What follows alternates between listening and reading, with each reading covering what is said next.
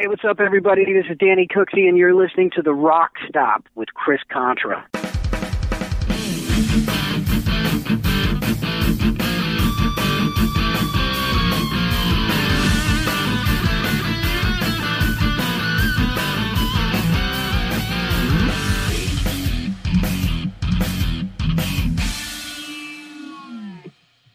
Okay, welcome into The Rock Stop. Chris Contra here.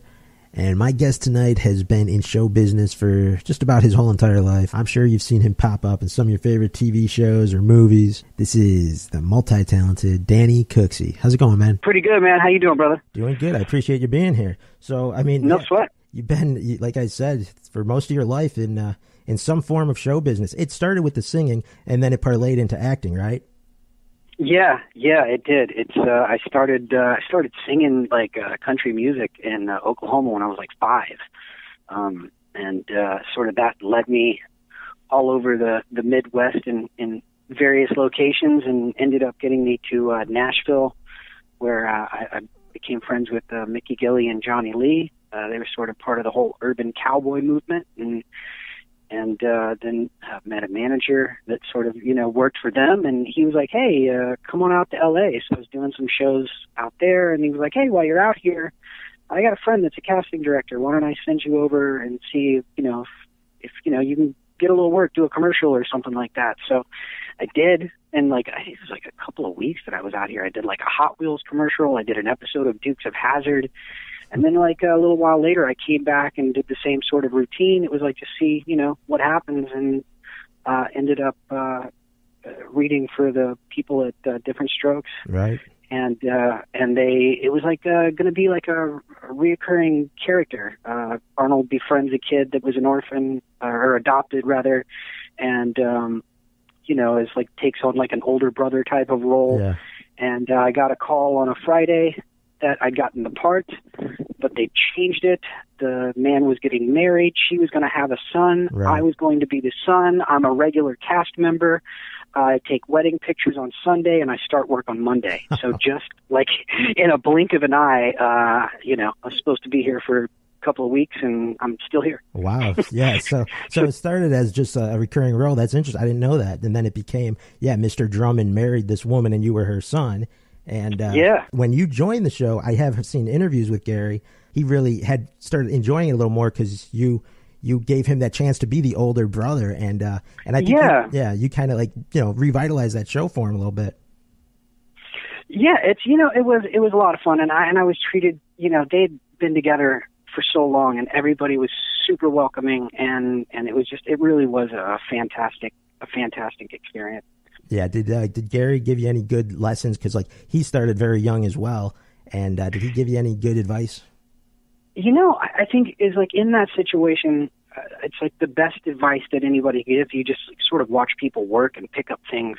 Right. You pick up experience from those that are more experienced than you. And I think doing a lot of the music stuff that I did even before I got there, I'd already kind of like an automatic mindset.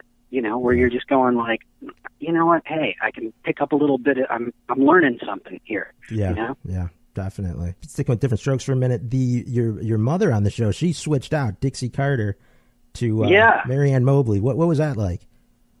It was sort of the show must go on. I guess it was they were both fantastic, and we switched networks. At first we were on NBC, and then when we went to ABC, we switched networks and switched moms. So that was you just roll with the punches. That's Hollywood, right? Yeah, right. I guess at that point I didn't really. I was just like, hey, I'm happy to be there. I'm like 9 years old. It's like, okay, yeah. It was an amazing experience, and I was a huge fan of the show, and so it was just so surreal, and everybody was fantastic, and so I did that and did the last 3 seasons, and then just just kept plugging along. It was just from one thing to the next. You were all over the place in the TV shows, movies, and I do want to talk about your music career as well. which you mentioned a little earlier, your country career early on, which you got to the top pretty quick there in Nashville. I mean, that's like where you want to be in country music. It was a wild ride, and it was, it's like I look back and just sort of pinch myself because at that era, it was it's like I shared the stage with Merle. I like icons like Merle Haggard and even like my grandparents' generation. I've sang with Ernest Tubb, and like it was just it's this like I look back in retrospect and go like, geez, yeah, like how the hell did I get here? I mean, who led me into the party? But you do have, I mean, some pretty incredible pipes even from a young age. That was very apparent. Absolutely. I mean, Johnny Carson, you were on the Tonight Show, and he was pretty blown away, man. Yeah, it was really funny. I kind of got this warning ahead of time. They were like, Johnny, he doesn't listen. He doesn't talk in between commercials. He's not like crazy about kids. So, don't take it personal. If it's, and as it was, he was totally nice. It was great. Like, the music was really loud, but he was like, do you like this? He asked me, he's like, do you like this kind of music? Because the band plays, they're kind of like a big band, and I was like, I love it. I love music of all kinds. And yeah, it was an amazing experience. Yeah, absolutely. I think everybody else was more nervous than I was. At that age, you're just kind of like, you're like a fart in the wind. You're just kind of like, yeah, okay, great, Right. You're so young, you don't even understand how big it was at the time. Yeah, no, totally. I have like so many moments looking back going like, what the hell? Yeah. And then did your singing career kind of get put on the kind of the back burner for a while there as you took on some acting roles? It was funny. I stayed so busy, and a lot of, like I said, it was like I was not really. It sort of stayed the same. I did a ton of appearances and talk shows and stuff where I was still singing. That really didn't change all that much. Yeah. And when I was younger, it was never like sort of record deals and anything like that. It was just sort of shows. Right. It was just sort of, shows and different things like that and appearances. And that sort of stayed the same. So, I mean, your voice has gotten you quite far. I mean, you're doing voice acting these days, and you've done. Yeah. I mean, I don't know the show too well, but I told some people you were coming on. Everybody's talking about Hey Arnold, the Stoop Kid, like one of the most famous episodes. You do know. Voice. It's so funny. It's that just cracks me up because I get like more comments on Stoop Kid, and Stoop Kid was maybe 20 minutes worth of work. I wasn't a regular character. It was just one of those like, hey man, come in and we want you to do this thing, and it was this thing, and it's so funny. Yeah. I actually did recently. They did a movie, and so they brought Stoop Kid back for the movie, and they were like, hey, can you still do the voice? I think I was like 15 at the time, and so I was like, they're like, we'll send you a reference.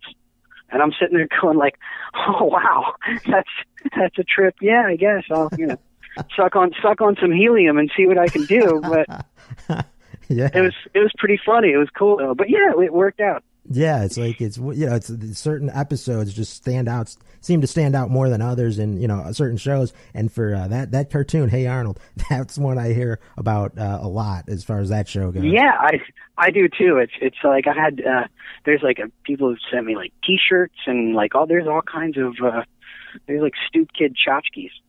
It's awesome. It's awesome. Wow. So yeah, you get a lot of characters out there. Of course, another very famous role you did was in the Terminator Part 2. Now, you were John Connor's buddy in that movie. Did you see the original movie before you got that one? Oh yeah. Oh, definitely. Yeah. Definitely. Yeah. Yeah. Yeah. That was awesome. Another like just amazing experience to be a part of something that just massive. Yeah. Right. That was like, I mean, one of the biggest movies of all time. I mean, as far as the special effects at the time, and just it was an unbelievable summer blockbuster as well. Totally, yeah. It was pretty awesome. I was on set the day that they like launched the like semi truck into the LA River Basin from the street, and it was just to be sort of watching a stunt that huge happen was pretty surreal. Oh, and oddly enough, it was like 3 blocks from my house too. So it was like they destroyed an intersection that I knew very well. Yeah, it's funny. Actually, I was, a couple, because it was such a huge setup. It's like they had, all sorts of prep work to do at that intersection. So they'd closed it off like a week before. And I was like going to school and I had to reroute my trip. And so I'm going like, I see film trucks and stuff. And I know, I'm going like, what freaking dumbass movie are they doing right here to block my way to school? I'm going to be late, and and then they give me a location, and I'm going, oh, never mind. Great idea, yeah. It's an okay movie. So I mean, do you remember when that? I mean, I'm sure you do. That when the movie came out, when you went to go see it for the first time. Yeah, actually, it was pretty funny. I went to the screening. The big sort of premiere event. And then actually I was in the middle, I was doing the Bad for Good record that I was doing. Right. I want to get into that a little later too. Yeah, and so we went out, like Steve and everybody, we all went down to we actually went and saw it at a drive-in. So yeah, that happened. So yeah, I mean, did it live up to all your expectations? It exceeded all expectations. It's like, you read the script and go like, all right, this is going to be awesome. Yeah. And then, you see it and it's like, this was like this is ridiculous. Your character, I mean, you had some very memorable scenes, even though it's only early in the movie and then he was gone. Did you have any deleted scenes that we have never seen? I don't think so. I mean, nothing of any like major stuff. Maybe a few, shots or something that didn't get used, but no, there was nothing like major. And people come up to you and I'm sure look for that line that you say to John Connor all the time. Your parents are kind of dicks, huh? Yeah, I can get that one. I've definitely got that. I've gotten that one once or twice. I'm sure you have. Now, okay, so you mentioned the Bad for Good album. This is, I think, a criminally underrated record that you did. Thank you. Yeah, absolutely. In 1992, the album called Refugee. Steve Vai produced it. How did you get involved in that project? I'm trying to. I don't. They were sort of piecing all the places around Thomas at Interscope, and I don't know who or how sort of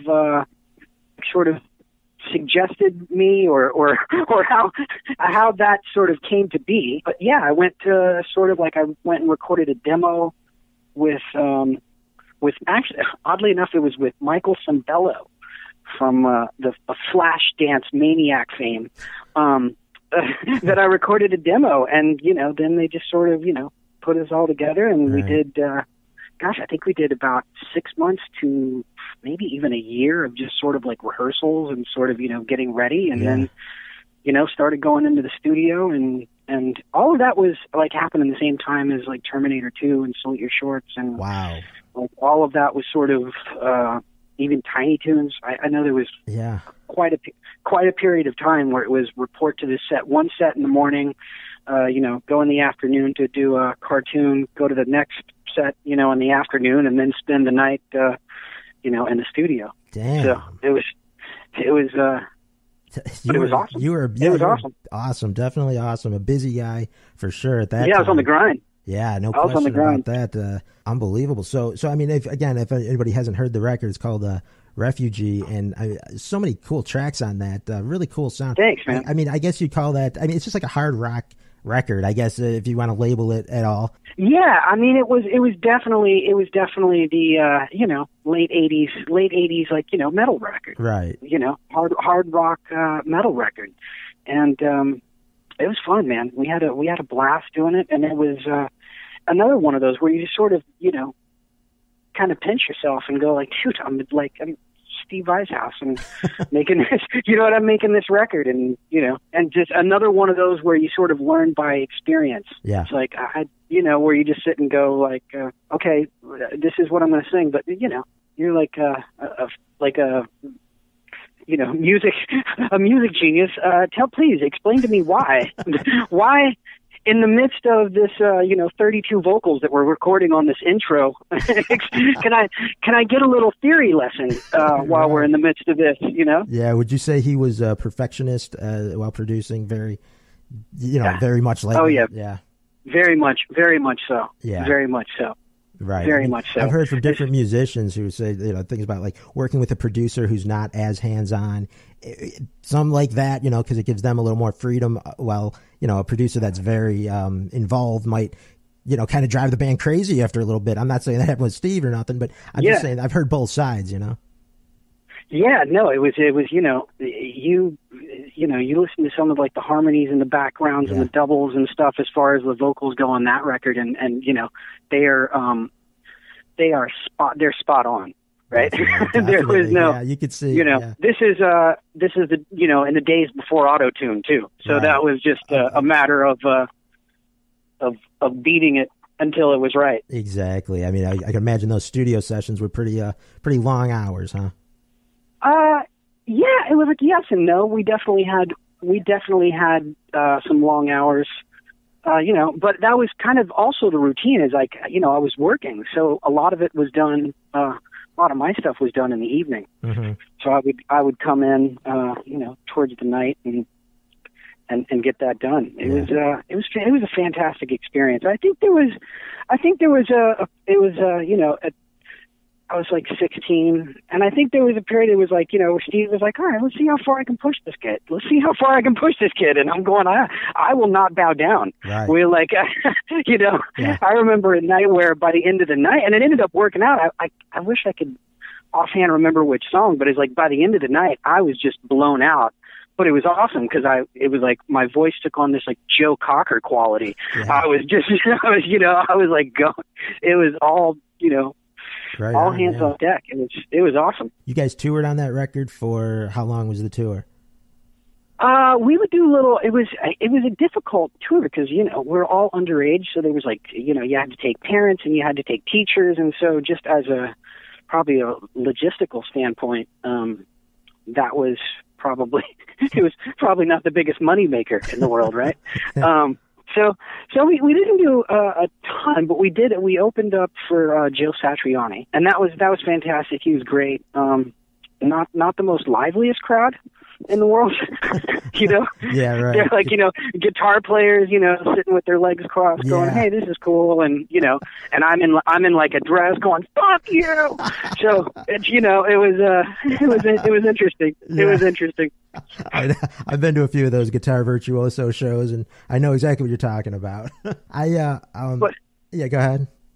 No, I was just saying, but it was fantastic. It was fun. Yeah, definitely. You mentioned you were filming Terminator and stuff at that time. I noticed there's a track on there called Terminate. Any relation or just? You know, I think there might have been. I don't think there's a correlation other than the fact that, you know, Steve wrote that. So it was one of those that, okay. You know, he knew I was working on the movie. So I think that might have just, you know, cool, popped up, you know. Yeah. I gotcha. Now, I know a lot of fans have wondered why there was no follow-up or why you guys didn't stay on a little bit longer. You know, I think it was such a funky time in the music business where everything was just changing, like, just drastically as far as, you know, kind of hard rock and heavy music like that, you know, I don't know that anybody sort of knew what to do. And, you know, it's a business in the end. Right. So, yeah. So, I mean, do you ever see a situation where you guys get back together and do something? No, actually, we've actually talked about it a few times. But it's been like, I think like a friend of ours was going to get married or something like that, and actually one of the bass players, Zach, he did get married, and Thomas came down from England, and then I think is Brooks, and I don't know if Brooks made it, but we were all gonna be there, but it just, you know, life didn't happen. But I know that Brooks has seen Thomas when he was in England, and I talked to him a little while ago, and yeah, so still communicate. Yeah, I'm sure if you guys one of these days it'll be fun, right? Definitely. Like I said, it'll be like a baby's christening, and we'll just take over at the after party or something. Hey, wherever it can happen, I think your fans would be very happy. Yeah, I think technically we still owe the whiskey a show. I think we had one, and then we didn't show, something happened. So I think technically we still owe a show there. That would be a great place to have it, definitely. So what's interesting is that you came from, like, musically anyway. Your background is country music, and then you went into this rock stuff. Were you a rock fan or more of like a country fan? Yeah, I like music just in all forms. I'm like sort of equal in that, but I definitely had a weird way of getting there. I grew up in Oklahoma. It's like pretty much nothing but country music, right. Or some of the, I guess, the sort of hardest stuff that I was listening to growing up would have been, Charlie Daniels Band, the sort of outlaw movement of the '70s, right. Yeah. Southern rock, Leonard Skinner, things like that. Yeah. And then I came out to LA and I got on Different Strokes, and it was like the beginning stages of, it was the early to mid '80s. And I got to catch the sort of beginnings of rap, and so that was like, I was like obsessed with that, and saw Run DMC, and was yeah. I got to see sort of the legends of that, and then sort of expanded from there, and I had a weird travels, but I love all kinds of music. What is life is not life if there's no music to it. Absolutely. So what kind of music are you performing these days? Oddly enough, it's like full circle. I'm sort of back to, an acoustic guitar and just sort of, writing nice little simple songs. Yeah. Yeah, right. Got a banjo a couple of years ago and a mandolin. So it's, and then I did a project with a friend of mine, Shelter Dogs, that we did a couple of years ago, and we're working on, putting together some songs for something new, and it's fun. It's great. I'm into whatever. And that Shelter Dogs album, we can get it. You got one out already? Yeah, we put one out. I want to say it was like probably 4 or 5 years ago. It's on Spotify. I think the name of the record is Take Me Home, and the band's name is Shelter Dogs. It's a benefit record for, abused animals and shelter animals. Very cool, very cool. So yeah, all right, guys, check that out on Spotify. It was a great project. Yeah, would you consider that more rock oriented, or? It had, I guess you could. It sort of has, there's a little bit of something for everybody on that record. Mm-hmm. I mean, there's a little bit of things that are sort of, very sort of classic rock, and then some that are, sort of, like hard rocky, and some that are really mellow and almost have a country, edge to it. It's really, there was something on there for everybody. It was a fantastic project, and we were actually all in different places. It was all done via Pro Tools and Dropbox and all of that. Oh, wow. So, and in the end, it's really, it came out amazing, because it doesn't have that feel. It sounds like, 4 or 5 guys in a room together, and Mike Klink, the great producer that did all the Guns N' Roses records, co-produced it, and it was a fantastic experience. Very cool. I'll have to check that out. I'm looking forward to it. And you said you're going to do a follow-up, you think? Yeah, we're just, we're like, Unsigned, we put the thing out ourselves, and right. And so we're just, kind of, throwing some songs around, and, actually, I'm to be perfectly honest, I'm being the lackadaisical one right now. There's like 4 or 5 songs musically that's in the can, and I'm lagging on singing. So for all intents and purposes, if it's, another year or two, it's my fault. Well, I'm sure you'll get it out, and it'll be great. Yeah. So all right. So I want to talk about a little bit, going, you did a lot of stuff. I mean, we've seen you in all kinds of things. You mentioned Salute Your Shorts, Nickelodeon show, that went, where'd they go, about 2 seasons? Yeah, we did 2 seasons. It seemed like it was a lot longer because they aired them so many times. Yeah, but right. yeah, we did I think like 20 some odd episodes, but it was weird. We would do like 3 episodes and then take 3 months off and come back and do 4 more. And, oh wow. Yeah, it was an odd odd production. Yeah, I never knew how those Nickelodeon shows ran. Maybe that was normal for them. We were like the black sheep of the Nickelodeon, apparatus, because most of their other stuff was done in like Florida at the, sort of the Nickelodeon, studios there at Universal Studios, like their whole like thing. And we were in like Griffith Park and just sort of this little independent monster, doing our thing over there, Yeah, right. That was a very fun show. I think people probably talk to you about that one all the time, huh? Yeah, it's got a very a unique sort of like cult following to it. Yeah. All of those shows in the Nickelodeon's sort of the early '90s era, they had that. They were sort of making things that people hadn't seen before. Right. I did it was like a panel at a festival in Austin, and it was interesting to sort of hear the stories of all of those shows. It was like not a sitcom, so it was like a single camera comedy. Right. Which now it's things like The Office and all of those shows, but before that, if it was a comedy, it was a sitcom.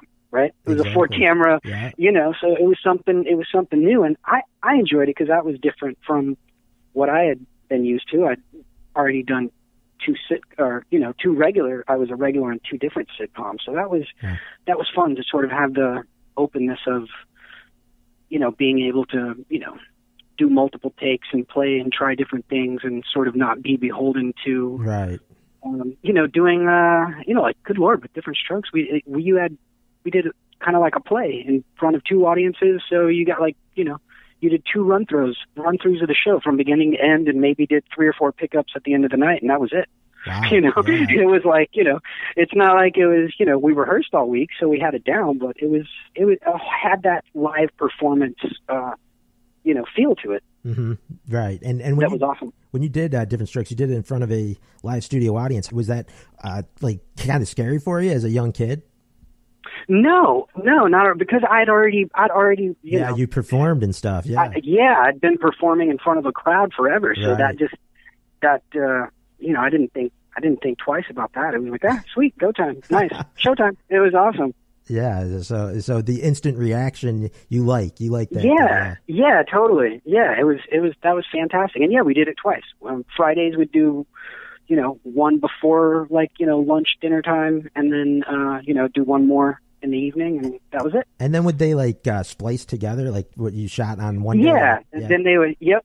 Then they would sort of piece together those 2 performances, and that was it. I think if I remember correctly, we taped on Fridays, and I believe I think the show aired on like the following Wednesday, or like wow. It was like a week and there wasn't very much difference. Maybe a week and a half, 2 weeks. That's unbelievable. At some points. Yeah, it was just Yeah, I mean, you hear about things being shot like these days, then it takes half a year for them to air on TV. Yeah, no, it was wow, quick turn. It was a different time. It was awesome. Yeah. Did you have any favorite episodes that you remember doing of Different Strokes? I remember you did that one with Soleil Moon Frye. That's one that comes to mind when I think of your Different Strokes. That was fun. We were both on NBC, so we would do a lot of sort of like press events and stuff. So that was fun because we knew each other. I think probably. I would say maybe the Ghostbusters episode was pretty at that time. I was pretty freaking stoked on that. So going back to singing and acting, do you feel like because there's a lot of actors that attempt music careers and sometimes aren't really taken seriously. You have kind of came from the other way, starting with music, going into acting. Did you ever get any kind of weird reactions from people about kind of crossing over like that?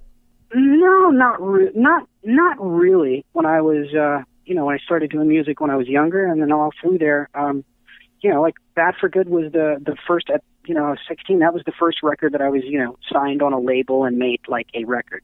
Yeah.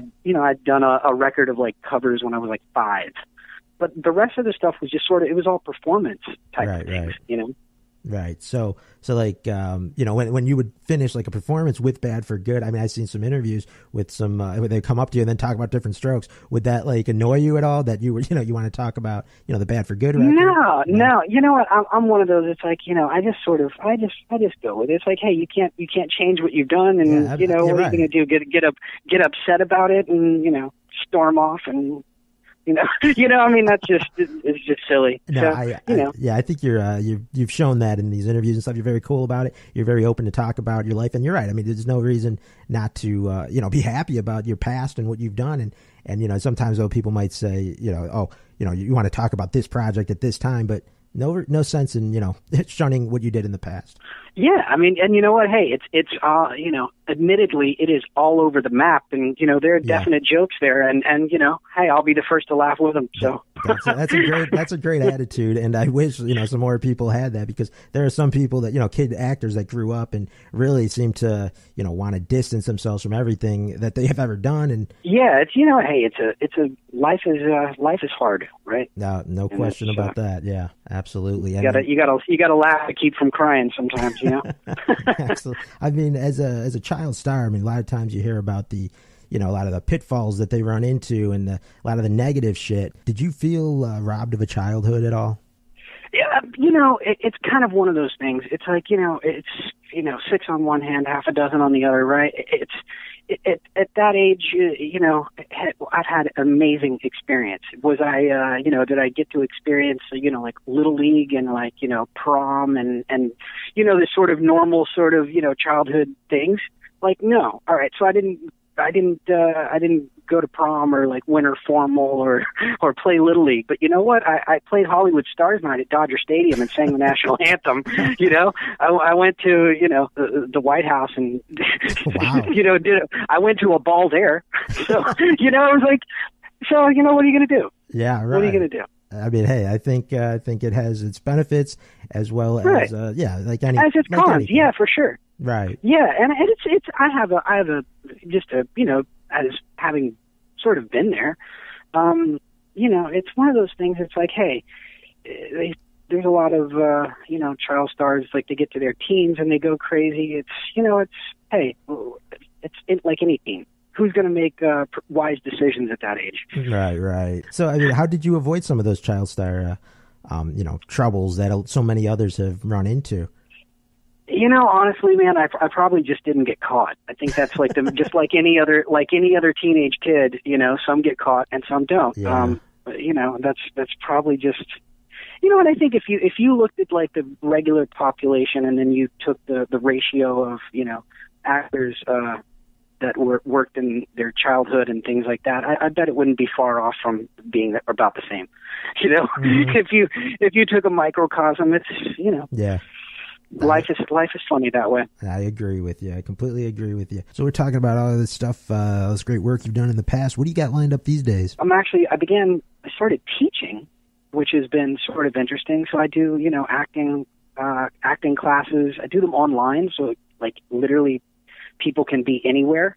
Oh, yeah. And it's like sort of one-on-one classes. And I do, if people are interested in voiceover or, audition, whatever the case is, or interested in that, I've been doing that, and it's been a lot of fun.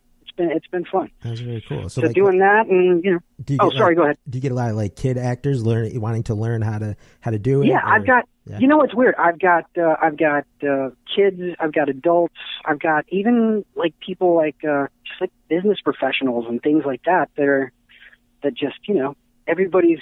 Yeah. In life has to play a role in some shape, form, fashion, or another, Yeah. And in the end, it's sort of, I sort of focus on, self-confidence and things like that. So I don't take the sort of, thespian, this is the right way. That's like, I try to help people find their own process to how they like to do things and get the end results that each individual wants. So right, that's good. Yeah, it is most authentic. It comes off, that's the way that person is, and you should work with their with what. Yeah, you got to work within your own own parameters and your own comfort level, because in the end, you just want to be confident. Yeah, right. Where could people find you if they want to are interested? Oh yeah, it's Yeah, it's like DC. It's DCacting.com. It's pretty stupid simple. It's not creative. It's just very super simple. It gets the point across, Yeah. Absolutely. So, if you guys are interested in that, we'll leave a link so you can find out more about, learning about acting and stuff from Danny Cooksey, a guy who's been in the industry for pretty much your whole life, right? Yeah. I think it's like, I'm 42 now, so 35 years. God, that makes me sound old, dude. That makes me sound old. Well, I apologize for that, but listen, you've got... It's like a grizzled veteran at this point. But they're the ones you want to learn from, so... Anybody? That's awesome. So, just winding down, I wanted to ask you a couple more questions about Terminator 2, because a lot of people, Terminator 2, they want to hear about Edward Furlong, the guy, John Connor in the movie, your buddy. Did you remain close with him at all? We've I've ran into him just sort of here and there a few times over the years, and have ran into him. I've done sort of I guess it was like we did a horror movie convention and that we were both at, and saw him at that. And then I think we have some a few more sort of in the near future as far as those along those lines of doing some things together at various conventions across this great nation of ours. And so be on the lookout. Be on the lookout for that. So you guys still, so you still see each other and stuff. That's cool. Yeah, I mean, I haven't seen him for a few years, but we have mutual people that are like, you guys are going to be doing some events together, and I'm like, cool, sweet. Yeah, you guys are locked together because of that movie all those years ago. Yeah, I mean, good Lord. I did hear that Edward Furlong had his voice matured. He was going through a time during Terminator 2. Is that? I mean, that would have been. I mean, he was probably right around that age. I mean, 13, 14, I think he was. Yeah. I think I'm just a couple of years older, so that would probably. That's you can't stop puberty. No, it's definitely not. Yeah. But did they have him come in and dub over some voice things? Do you know anything about that? Yeah, no. I mean, they always do that to a certain amount, but I don't know how to it's just weird. What extent that it was. Right, I gotcha. So, and then as far as the sequences that you were involved with in the movie, anything kind of risky or dangerous, or was it not too bad? You guys used stunt people on the motorcycle? Yeah, there were stunt people on the motorcycle. He was getting some lessons on it, and I think we did have a couple of takes where it was actually like him, and then just sort of firing it down. But for the most part, it was stunt people. Yeah. For all of the really hard stuff, it was stunt people. Yeah, I mean stunt people. These days they CG so much stuff. I wonder if it's putting a lot of stunt people out of work. But I don't know. Yeah, hopefully not. Because I mean, I like to see. You can tell when it's when it's got some, when it's legit. Yeah, right. I'm not a fan of CG myself, but I guess they got to use it sometimes. But I do prefer when it's a physical person there. It just looks a lot more authentic. Yeah, for sure. Definitely an art form, man. Those guys are crazy. Those guys are crazy. Definitely they are, but it makes for great movies that we've all seen. Yeah, for sure. And enjoyed. So, all right, man, this has been really great talking with you. This is Danny Cooksey here on the Rock Stop. And like I said, check out the 1992 album he did, Bad for Good. A personal favorite track of mine off that record is Nothing Great About a Heartache. I think your voice is outstanding on that song, particularly. Oh, thanks, man. Absolutely. I really enjoy that song a lot. Thank you. I actually had I just had to learn and sing that song like a month ago. I'm also on this thing called Cameo, and it's like you can have people deliver birthday messages and or breakup messages, or right. You can have people do all kinds of weird stuff, and this guy he's like, hey man, can you do a verse and a chorus of Nothing Great About a Heartache? So I was like, yeah, why not? So I had to pick up and learn it. Take a little prep. There was a little homework involved, to be honest. Oh, I bet, yeah. But it was pretty fun, and it was just me and an acoustic guitar, and I kind of went damn, that's a good tune right there. And you were only 16 when you did that one, right? Yeah. Wow. Yeah. It's been a wild ride. Wild ride indeed. So thanks again, man, for coming on the show. I really appreciate it. No, sir, brother. Thanks for having me. All right. Take care, man.